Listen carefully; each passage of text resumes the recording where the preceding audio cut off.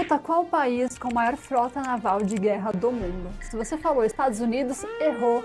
Mas se você perguntar qual a melhor frota, te peguei, hein? Prepare-se para o combate, Marujo. Hoje você vai mergulhar no mundo naval e entender qual país lidera o ranking de frotas militares e qual a importância de uma frota naval para a projeção de poder de uma nação. Existe uma frase famosa que diz que o tridente de Netuno é o cetro do mundo. Ou seja, quem controla os mares controla todo o planeta. E em caso de guerra, as grandes frotas navais têm papel fundamental, conforme falamos no vídeo anterior. Sabe o vídeo que a gente falou de Terceira Guerra Mundial? Se você não viu ainda, assim que acabar esse vídeo, vai lá assistir, porque vale a pena, viu? Mas então vamos lá. Por que eu falei que os Estados Unidos não têm a maior frota do mundo? Como assim? Quem é que tem então? Olha só isso. Existe um ranking anual que a sigla é WDMMW, que analisa 39 países e acompanha mais de 3.000 unidades individuais. Ele considera vários fatores como o número de navios, a qualidade, a modernização e a capacidade de ataque e defesa de cada frota. Eles usam uma fórmula chamada True Value Rating, TVR, que ajuda a separar cada potência com base em não apenas força geral,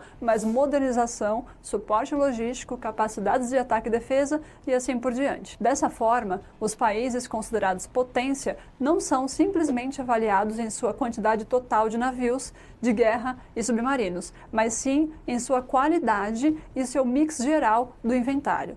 Além disso, também tem o foco na capacidade do estaleiro local, equilíbrio de inventário e experiência de força. Tá, e o que esse ranking diz?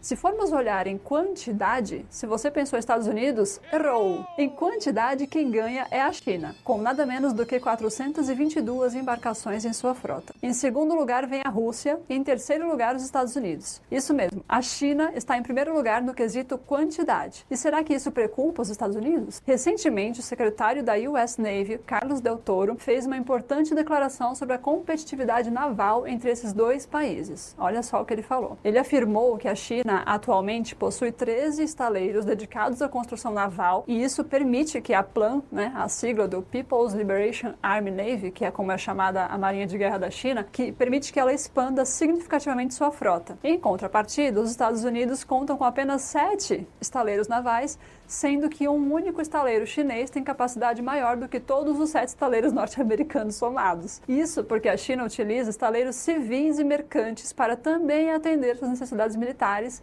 e esse movimento coloca o país à frente na produção de navios de guerra em grande escala. A estratégia chinesa tem sido bem sucedida. Em 2022, a China foi responsável por 44,2% da frota mercante mundial, enquanto a Coreia do Sul ficou com 32,4% e os Estados Unidos construíram menos de 1% da frota global, 0,053%. A utilização de estaleiros comerciais e mercantes contribui para o fortalecimento da PLAN, permitindo que eles construam uma frota de forma mais rápida e com custos reduzidos em relação à produção americana, que é muitas vezes mais cara e menos eficiente. Mas você já ouviu falar que quantidade não é sinônimo de qualidade? Então aí vem um detail muito importante. A pontuação mais alta atingível do TVR, que é aquela fórmula do ranking, é 323,9 e atualmente essa pontuação é mantida por quem? Pela Marinha dos Estados Unidos, a US Navy. Isso ocorre porque a US Navy apresenta uma ampla mistura de tipos de navios de guerra e submarinos, bem como equilíbrio fortalecido por números gerais, e isso se deve principalmente por sua gigantesca frota dos navios, chamados de porta-aviões. Eles também levam vantagem porque muitos de seus produtos são de origem local, graças à enorme base industrial dos Estados Unidos.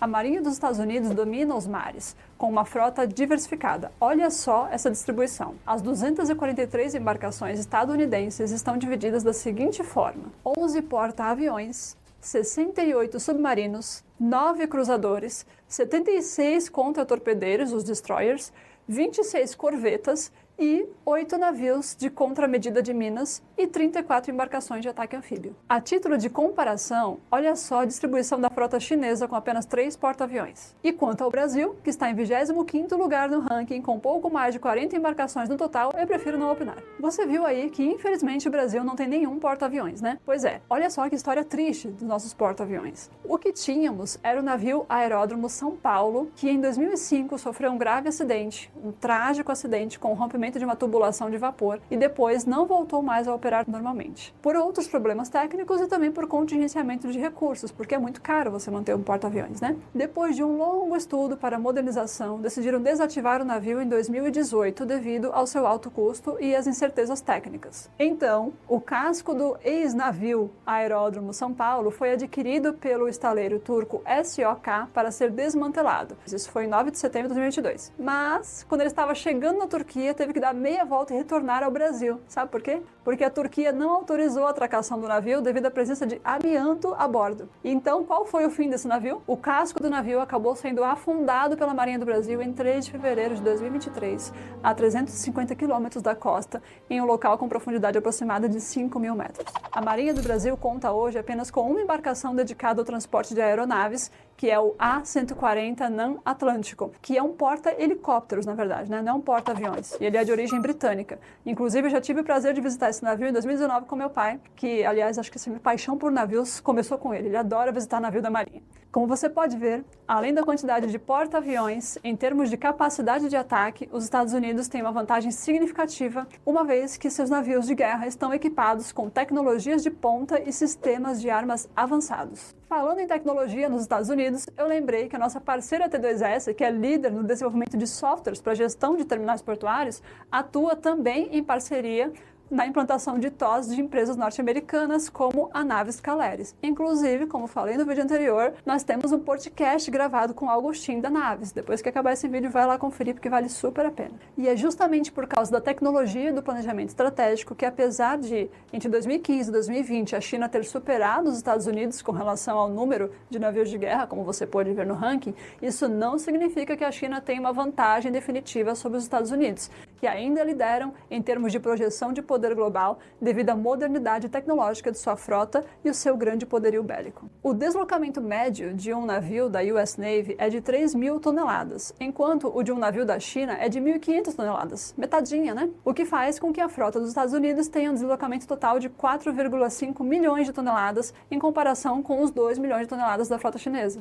Isso demonstra que, embora os chineses tenham uma quantidade maior de navios, os americanos ainda têm uma vantagem em termos de capacidade total de deslocamento, poder de fogo e tecnologia moderna. Falando em modernidade, você sabe que a guerra moderna também está se tornando cada vez mais dominada pelos drones, né? E você sabia que eles podem ser lançados a partir de porta-aviões? Esses navios gigantescos que têm uma pista de pouso? E também de outros navios de combate. Sim, o uso de drones não se limita mais à guerra aérea. Eles também são utilizados para missões de vigilância, inteligência e até mesmo ataques de precisão a partir do mar. E se você está pensando que drone é uma coisa recente, de uns 3 ou 4 anos para cá, está redondamente enganado. Olha só essa. Em 2013, a Marinha dos Estados Unidos testou com sucesso o drone X-47B a partir do porta-aviões George H.W. Bush. Este drone de combate é projetado para executar missões de longo alcance e pode ser usado em uma variedade de cenários de combate.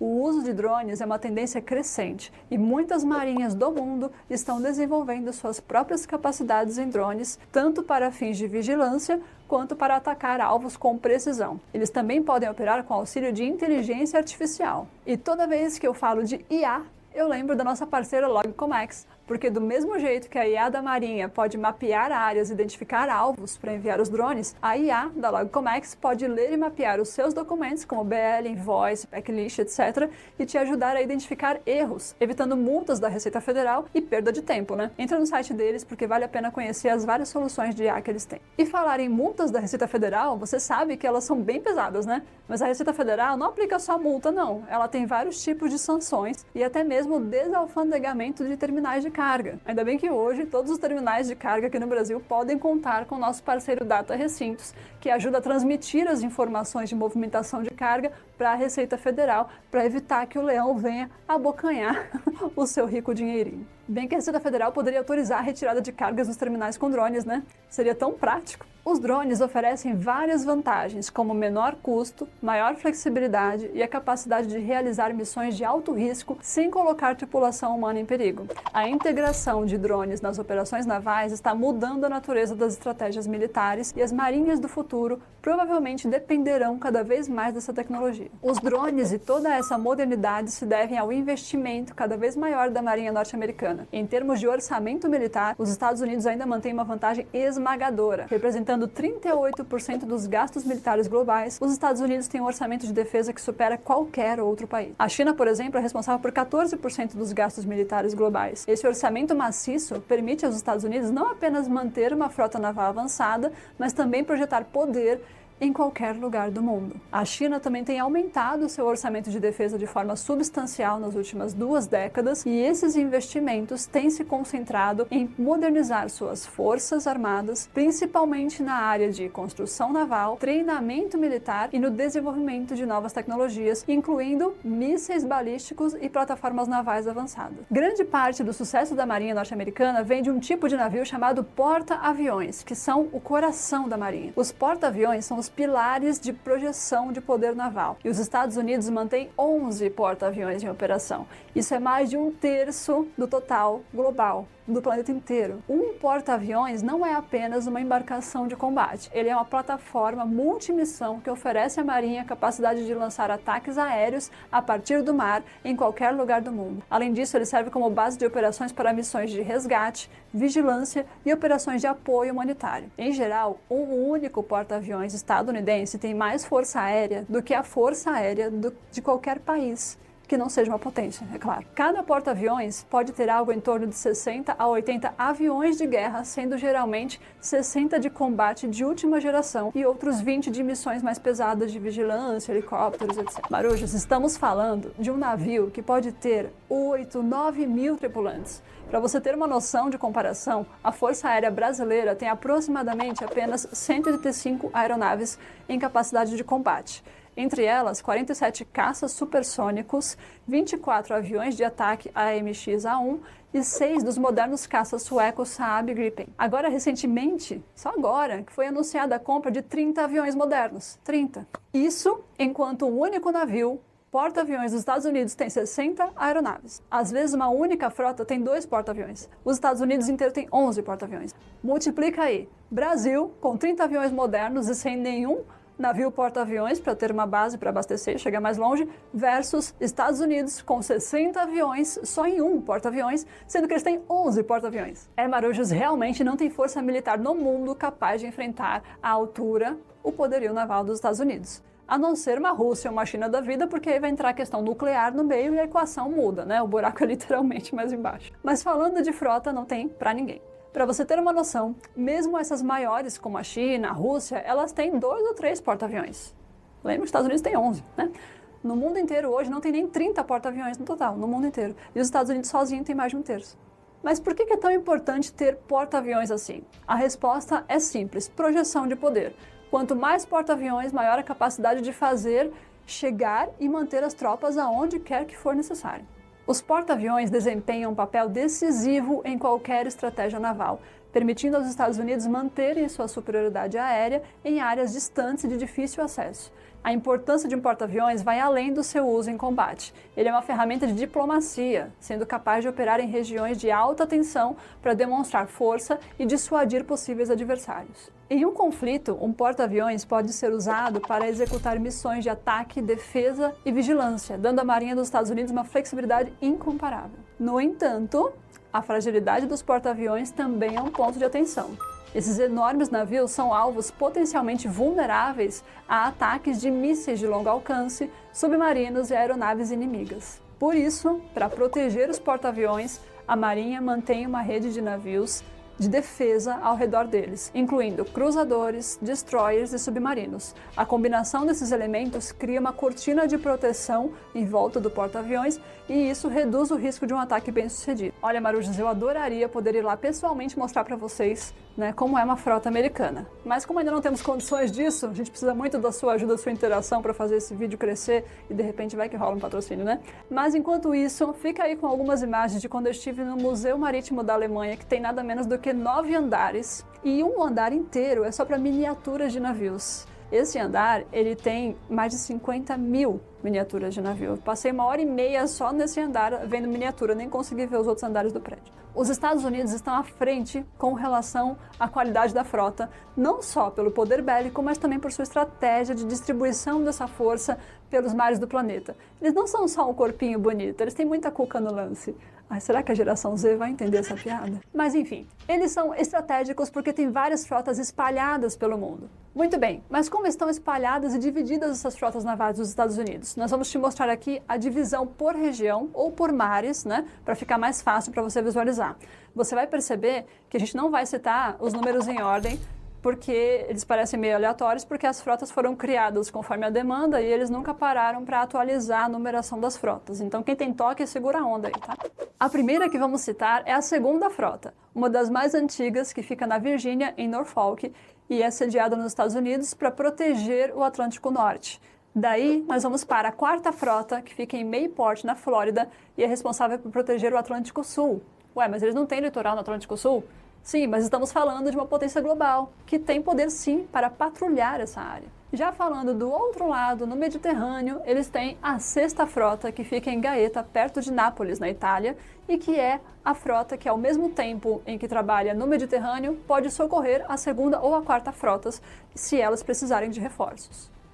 Essa é uma frota usada para a intervenção da OTAN na Líbia, e é a frota que às vezes faz pressão em países do Oriente Médio, como a Síria, e pode ser vista como uma rival da Rússia, porque ela está no Mediterrâneo e a Rússia no Mar Negro, ali pertinho, não gosta muito disso, né? Mais para o Oriente, em Manama, na capital do Bahrein, fica a quinta frota, que é uma frota importantíssima porque ela protege o Golfo Pérsico e o petróleo dos Estados Unidos e seus aliados na região. Se você vir aí no mapa, tendo o Bahrein de um lado e o Mediterrâneo do outro, a quinta e a sexta frota cercam e podem pressionar o Oriente Médio e por isso essa quinta frota preocupa e incomoda muito o Irã. E no Extremo Oriente encontramos a sétima frota no Japão, em Yokosuka, ao sul de Tóquio, que abriga uma divisão da US Navy designada para operar na região oeste do Oceano Pacífico e no Oceano Índico. Ela se estabeleceu lá após a Segunda Guerra Mundial por uma obrigação do Japão a aceitar essa pressão dos Estados Unidos e é a frota que patrulha todo o Mar Oriental, defendendo os interesses norte-americanos naquela região, pressionando de leve China e Coreia do Norte e pode juntar forças, se necessário, com a terceira frota, que fica na parte americana mais próxima dos Estados Unidos, também no Oceano Pacífico, e tem a sua base em Pearl Harbor, em San Diego, e algumas bases menores espalhadas. Então, revisando, terceira e sétima frota fecham o Pacífico, segunda e quarta fecham o Atlântico Norte e Sul, a quinta frota fecha o Mar Índico e o Golfo Pérsico e mares mais fechados, próximos do Oriente Médio, e a sexta frota fecha o Mediterrâneo e elas podem sempre trabalhar em colaboração, dando reforço umas para as outras se necessário. Essas frotas trabalham de forma coordenada para manter a supremacia naval dos Estados Unidos e garantir o controle estratégico das principais rotas marítimas globais. Além disso, a presença das frotas regionais dos Estados Unidos atua como um fator de dissuasão contra possíveis adversários, como a Rússia, a China, o Irã. As frotas regionais não apenas protegem os interesses econômicos e militares dos Estados Unidos, mas também garantem a liberdade de navegação em águas internacionais e a estabilidade global. É por isso que dizem por aí que os Estados Unidos têm o tridente de Netuno, ou seja, têm o poder dos mares do mundo inteiro. E aí, Marujo, gostou de aprender mais sobre essas frotas da Marinha de Guerra? Faz um favor para mim, por favor, deixa um like e comenta aqui se você quer saber mais sobre essa área de Marinha de Guerra, porque a gente acha muito curioso. No canal tem vários vídeos sobre navio de carga, mas navio de guerra é uma coisa muito interessante. Você também gosta? Então comenta aqui pra gente fazer mais vídeos sobre isso, beleza?